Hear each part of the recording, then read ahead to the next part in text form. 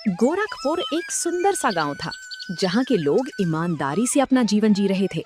उसी गांव में दो भाई रहते थे, बड़ा भाई राघव और छोटा भाई सुरेश। दोनों भाई गांव के चौराहे पर एक छोटी सी चिकन करी चावल की दुकान चलाते थे। राघव बहुत चतुर और लालची था, जबकि सुरेश बेहद ईमानदार और सीधा साधा था। एक दिन राघव ने दुकान पर बैठते ही बंटवारे की बात छेड़ दी। सुरेश, आज मैं एक जरूरी बात करने आया हूँ। अब हम दोनों बड़े हो गए हैं, कब तक एक साथ मिलकर काम करेंगे? क्यों ना हम इस दुकान का बंटवारा कर लें? भैया, आप ये क्या कह रहे हैं? माता पिता के जाने के बाद हमारे पास बस ये एक ही दुकान तो है। अगर हम इसे भी बांट लेंगे तो हमारा गुजारा कैसे होगा? अरे तू समझ नहीं रहा है, साथ में काम करने से रोज रोज का हिसाब रखने में दिक्कत होती है। अलग अलग काम करेंगे तो अपनी अपनी किस्मत चमकेगी। मैंने सब सोच लिया है। अगर आपकी यही इच्छा है भैया, तो ठीक है। बताइए, आप दुकान का बंटवारा कैसे करना चाहते हैं? देख सुरेश, दुकान का जो आगे का हिस्सा है, जहां सारे ग्राहक आकर बैठते हैं और पैसे देते हैं, वो हिस्सा मेरा होगा।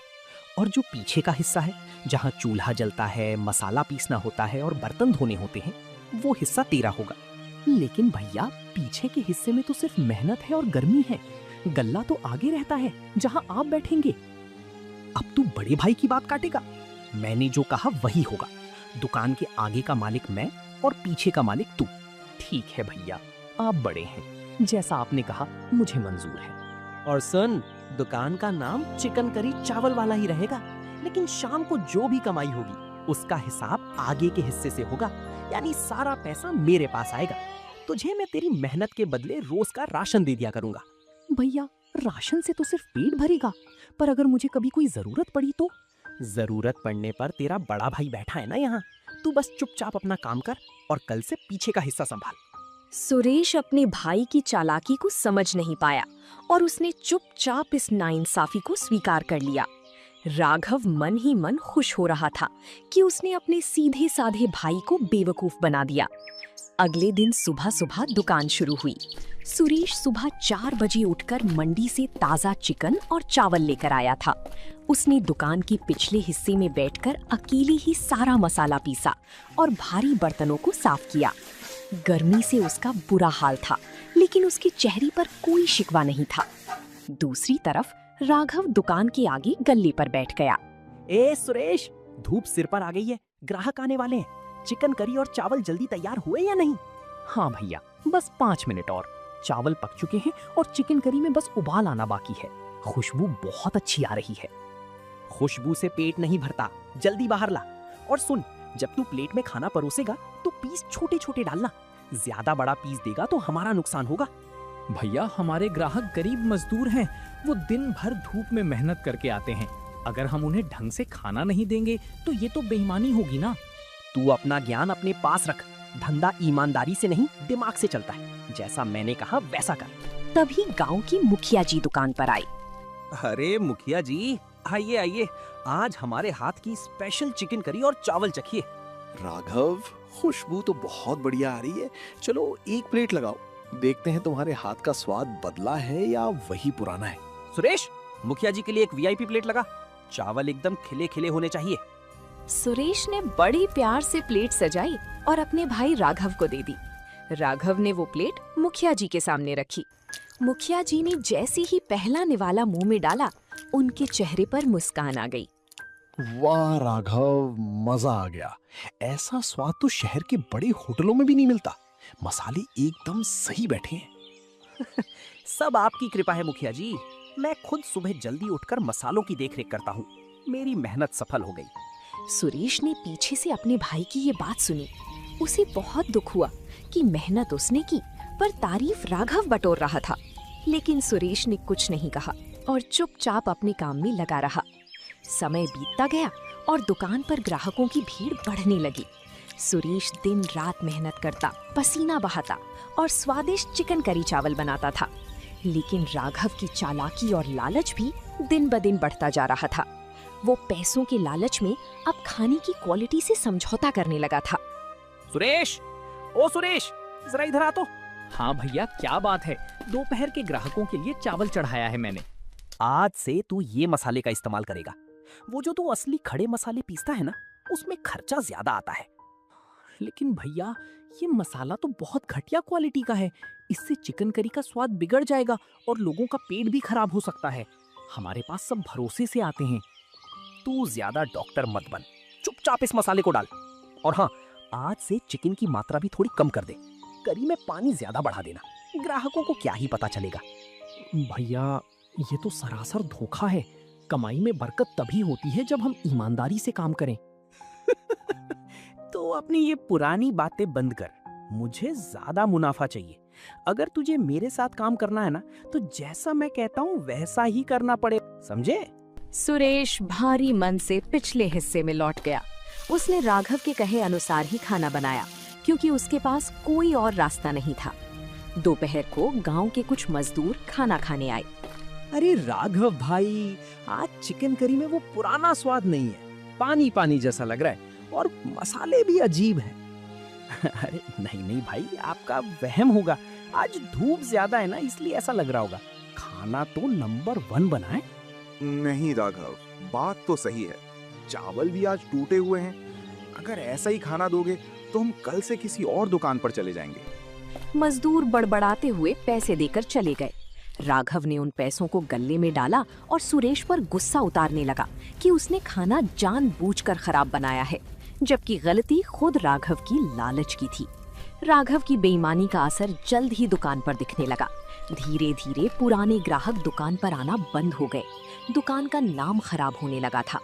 एक दिन राघव ने सारा गुस्सा सुरेश पर निकाल दिया और उसे दुकान से ही निकाल देने का फैसला कर लिया। सुरेश, तेरी वजह से आज दुकान पर एक भी ग्राहक नहीं आया। तुम जानबूझकर खाना खराब बना रहा है ताकि मेरा धंधा चौपट हो जाए। भैया, मैंने तो हमेशा पूरी ईमानदारी से काम किया। स्वाद तो आपके सस्ते मसालों और पानी मिलाने की वजह से बदला है। मैंने तो आपको पहले ही रोका था। अब तू मुझ पर उंगली उठाएगा? बहुत एहसान मान लिया तेरा। आज से मुझे तेरी कोई जरूरत नहीं है। इस दुकान से अपना बोरिया बिस्तर समेट और यहाँ से निकल जा। भैया, ऐसा मत कहिए। मैं कहाँ जाऊंगा? इस दुकान के अलावा मेरा इस दुनिया में है ही कौन? मुझे इससे कोई मतलब नहीं है। ये आगे का हिस्सा मेरा था और अब ये पूरी दुकान मेरी है। तू यहाँ से दफा हो जा। सुरेश ने अपने भाई के आगे हाथ नहीं जोड़े, क्योंकि वो समझ गया था कि राघव लालच में अंधा हो चुका है। वो अपनी टूटी हुई साइकिल और कुछ पुराने बर्तन लेकर दुकान से बाहर निकल गया। सुरेश गांव के दूसरे छोर पर एक बड़े से पेड़ के नीचे जाकर बैठ गया। भैया ने मेरे साथ बुरा किया, लेकिन मैं हार नहीं मानूंगा। मेरे हाथों में हुनर है और दिल में ईमानदारी। मैं यहीं से अपनी नई शुरुआत करूंगा। सुरेश ने अपने पास बचे हुए कुछ पैसों से थोड़ी सी ताजे मसाले और चिकन खरीदा। उसने पेड़ के नीचे ही चूल्हा तैयार किया और मिट्टी के बर्तनों में चिकन करी और चावल बनाना शुरू कर दिया। पहले दिन सुरेश ने बहुत कम खाना बनाया था, क्योंकि उसे डर था कि कहीं कोई ग्राहक ही ना आए। तभी गांव के डाकिया मदन लाल जी वहां से गुजर रहे थे। मिट्टी के बर्तन में पक रहे चिकन और खड़ी मसालों की खुशबू सीधे उनके नाक तक पहुंची। उन्होंने अपनी साइकिल रोक दी। अरे सुरेश, तुम यहाँ पेड़ के नीचे क्या कर रहे हो? तुम्हारी दुकान तो चौराहे पर राघव के साथ थी ना? डाकिया काका, वो दुकान अब बड़े भैया ही संभालते हैं। मैंने यहाँ अपनी नई शुरुआत की है। जरा चक्कर बताइए कैसा बना है? खुशबू तो वैसी ही है जैसी तुम्हारी दुकान पर पहले आती थी। चलो एक प्लेट लगाओ, बहुत जोरों की भूख लगी है। सुरेश ने पीपल के बड़े पत्ते पर गर्मा गर्म खिले हुए चावल परोसे और ऊपर से गाढ़ी लजीज चिकन करी डाल दी। मदन लाल ने जैसे ही पहला निवाला खाया, उनकी आंखें खुशी से बड़ी हो गईं। अरे वाह सुरेश, ये हुआ ना असली स्वाद। पिछले कुछ हफ्तों से राघव की दुकान पर जो खाना मिल रहा था वो तो बिल्कुल पानी जैसा था। आज खाकर मजा ही आ गया। काका, मैं कम कमाऊंगा, लेकिन खाने में कोई मिलावट नहीं करूंगा। ये मेरा खुद से वादा है। तुम बहुत आगे जाओगे सुरेश। तुम्हारी ईमानदारी ही तुम्हारी सबसे बड़ी ताकत है।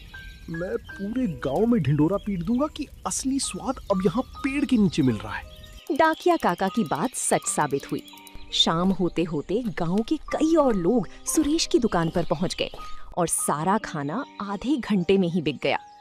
दूसरी तरफ चौराहे पर राघव की दुकान बिल्कुल खाली पड़ी थी। तभी गांव के 2 लड़के वहां से बात करते हुए गुजरे। अरे भाई जल्दी चल, वरना पेड़ के नीचे वाले सुरेश के यहाँ चिकन खत्म हो जाएगा। कल मैं लेट हो गया था तो मुझे बस चावल ही मिला। हाँ यार, उसका स्वाद एकदम लाजवाब है। इस चौराहे वाली दुकान पर तो अब कोई भूल कर भी नहीं आता। ये सुनते ही राघव चौंक गया। उसका चेहरा गुस्से से लाल हो गया। उसने तुरंत अपनी दुकान बंद की और सुरेश की दुकान की तरफ चल दिया। वहां पहुंचकर उसने देखा कि सुरेश के पास ग्राहकों की लंबी लाइन लगी हुई थी। ओए सुरेश, ये क्या तमाशा लगा रखा है तूने? मेरी दुकान के ग्राहक चुराकर यहाँ बैठ गया है। भैया, मैं किसी के ग्राहक नहीं चुरा रहा। ये लोग अपनी मर्जी से आ रहे हैं। मैं तो बस अपनी मेहनत की रोटी कमा रहा हूँ। मेहनत की रोटी? तूने गांव वालों पर कोई जादू कर दिया है। ये पेड़ सरकारी जमीन पर है, तू यहाँ दुकान नहीं लगा सकता। मैं कल ही पंचायत में तेरी शिकायत करूंगा। अरे राघव, शर्म कर। वो तेरा छोटा भाई है। तूने उसे दुकान से निकाल दिया, फिर भी उसने हिम्मत नहीं हारी। और शिकायत किस बात की? वो हमें अच्छा और सच्चा खाना दे रहा है, तेरी तरह पानी वाली करी नहीं। आप लोग इसके सीधेपन के झांसे में आ रहे हैं। देखना, एक दिन ये तुम सबको धोखा देगा। भैया, मैंने आपसे कभी कुछ नहीं मांगा। आप अपनी दुकान चलाइए, मैं अपनी चलाऊंगा। ग्राहक जिसके स्वाद और नियत से खुश होंगे वहीं जाएंगे। राघव पैर पटकता हुआ वहां से चला गया। उसने मन ही मन ठान लिया कि वो सुरेश को इस गांव में टिकने नहीं देगा। सुरेश की ईमानदारी और मेहनत रंग ला रही थी। पेड़ के नीचे अब पैर रखने की भी जगह नहीं होती थी। वहीं दूसरी तरफ राघव कर्ज में डूबता जा रहा था। अपनी दुकान को दोबारा चलाने के लिए उसने एक बहुत बड़ी चाल चली। गांव के मुखिया जी के घर पर एक बड़ी दावत होने वाली थी, जहां शहर से कुछ बड़े मेहमान आने वाले थे। राघव भागता हुआ मुखिया जी के पास पहुंचा। मुखिया जी, सुना है आपके घर कल शहर से बहुत बड़े अफसर आ रहे हैं। उनके खाने का इंतजाम मुझे दे दीजिए। देखो राघव, पहले तो तुम्हारी दुकान का खाना अच्छा होता था, लेकिन आजकल लोग तुम्हारी बहुत शिकायत कर रहे हैं। मैं मेहमानों के सामने अपनी नाक नहीं कटवाना चाहता। मुखिया जी, आप एक बार मौका तो देकर देखिए। मैं शहर के बड़े हलवाई बुलाऊंगा और एकदम अव्वल दर्जे का चिकन करी चावल बनवाऊंगा। कीमत भी आधी लूंगा। अगर खाना पसंद ना आए तो 1 रुपया मत दीजिएगा। चलो ठीक है, तुम इतना कह रहे हो तो ये काम तुम्हें दिया, लेकिन याद रखना, अगर कोई कमी रही तो गांव में तुम्हारी दुकान बंद करवा दूंगा। आप बिल्कुल फिक्र मत कीजिए मुखिया जी, काम चकाचक होगा। राघव वहां से मुस्कुराते हुए निकल गया, लेकिन उसके दिमाग में शहर के हलवाई का कोई प्लान नहीं था। उसने सोचा कि वो खुद ही सस्ते चिकन से खाना बनाएगा और ज्यादा मुनाफा कमाएगा। वो सीधा सुरेश की दुकान के पास से गुजरा और ताना मारते हुए बोला, ओए सुरेश, देख ले धंधा दिमाग से कैसे लिया जाता है। मुखिया जी की इतनी बड़ी दावत का ठेका मुझे मिला है, तो वो जिंदगी भर इस पेड़ के नीचे ही खड़ा रहेगा। बधाई हो भैया, बस आप पूरी ईमानदारी से खाना बनाना, क्योंकि मुखिया जी के मान सम्मान की बात है। तू अपना ज्ञान अपने पास रख और अपनी ये 2 कौड़ी की दुकान संभाल। दावत का दिन आ गया।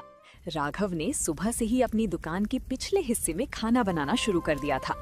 पैसों की कंगाली की वजह से उसने मंडी से सबसे सस्ता चिकन खरीदा था।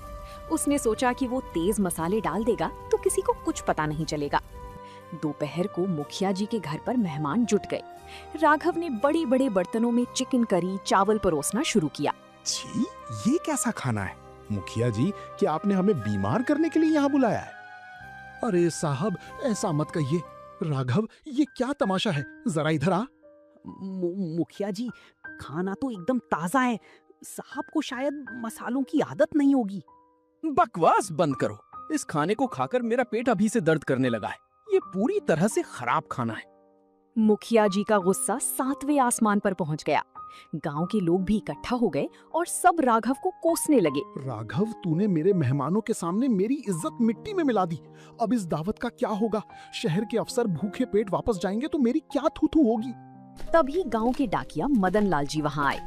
मुखिया जी, आप घबराइए मत। जब सुरेश को इस दावत के बारे में पता चला था तो उसे शक था कि राघव कुछ गड़बड़ जरूर करेगा। इसीलिए उसने सुबह से ही अपने पास ढेर सारा ताजा चिकन करी चावल बनाकर तैयार रखा है। वो गाड़ी पर खाना लेकर बस आता ही होगा। तभी सुरेश गाड़ी पर बड़े बड़े साफ सुथरे बर्तनों में गर्मा गर्म चिकन करी चावल लेकर वहां पहुंच गया। सुरेश ने तुरंत अपनी गाड़ी से साफ सुथरे बर्तन उतारे और मेहमानों की थाली में गर्मा गर्म खिले हुए चावल और गाढ़ी लजीज चिकन करी परोसनी शुरू कर दी। मजा आ गया। इसे कहते हैं असली गांव का स्वाद। मसाले इतने संतुलित हैं कि पेट की जलन एकदम शांत हो गई। मुखिया जी, इस लड़के के हाथ में तो जादू है। हाँ साहब, ये हमारे गांव का सुरेश है, अपनी ईमानदारी के लिए जाना जाता है। सुरेश, आज तूने मेरी नाक कटने से बचा ली। मुखिया जी, आप हमारे गांव के बड़े हैं, आपकी इज्जत पूरे गांव की इज्जत है। बस मुझसे जितना हो सका मैंने अपना फर्ज निभाया। दावत खत्म होने के बाद मुखिया जी ने राघव को सबके सामने बुलाया। राघव, तूने पैसों के लालच में ना सिर्फ बासी खाना खिलाया बल्कि पूरे गांव का नाम बदनाम करने की कोशिश की। आज से तेरी चौराहे वाली दुकान पर ताला लगेगा और इस दावत का पूरा पैसा और इनाम सुरेश को दिया जाएगा।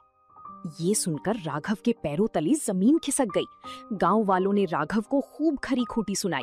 जब सब लोग चले गए तो राघव अकेले बैठकर रोने लगा। उसे समझ आ गया था कि उसकी चतुरता ने उसे कहीं का नहीं छोड़ा। मुखिया जी से मिले पैसों और इनाम से सुरेश ने उसी चौराहे पर, जहां कभी वो राघव के साथ काम करता था, एक बड़ी और साफ सुथरी दुकान किराए पर ले ली। दुकान के उद्घाटन के दिन सुरेश खुद राघव के घर पहुंचा। राघव एक कोने में उदास बैठा था। उसके पास खाने तक के पैसे नहीं बचे थे। भैया, आज मेरी नई दुकान का उद्घाटन, क्या आप अपने छोटे भाई को आशीर्वाद देने नहीं आएंगे? मुझे माफ कर दे सुरेश, मैंने तेरे साथ हमेशा चालाकी की, तुझे दुकान से निकाल दिया, लेकिन तू आज भी मुझसे उतना ही प्यार करता है। मेरी चतुरता ने मुझे बर्बाद कर दिया और तेरी ईमानदारी ने तुझे आसमान पर पहुंचा दिया। भैया, जो बीत गया उसे भूल जाइए। आप मेरे बड़े भाई हैं। दुकान का आगे का हिस्सा और गल्ला आज भी आपका ही है, लेकिन हाँ, इस बार खाना मेरी ईमानदारी और मेरी देखरेख में ही बनेगा। नहीं सुरेश, अब मैं गल्ले पर नहीं बैठूंगा। अब मैं तेरे साथ पीछे रहकर मेहनत करूंगा, मसाले पीसूंगा और ईमानदारी का रास्ता सीखूंगा। मुझे गद्दी नहीं, तेरा साथ चाहिए। दोनों भाई गले मिल गए। अगले दिन से दोनों ने मिलकर दुकान संभाली। अब राघव बदल चुका था। वो भी पूरी लगन से काम करता था। गांव वाले उनकी दुकान पर फिर से आने लगे। तो दोस्तों, आप लोगों को ये कहानी कैसी लगी? कमेंट करके जरूर बताएं और ऐसी कहानियों को देखने के लिए वीडियो को लाइक करें और चैनल को सब्सक्राइब करें।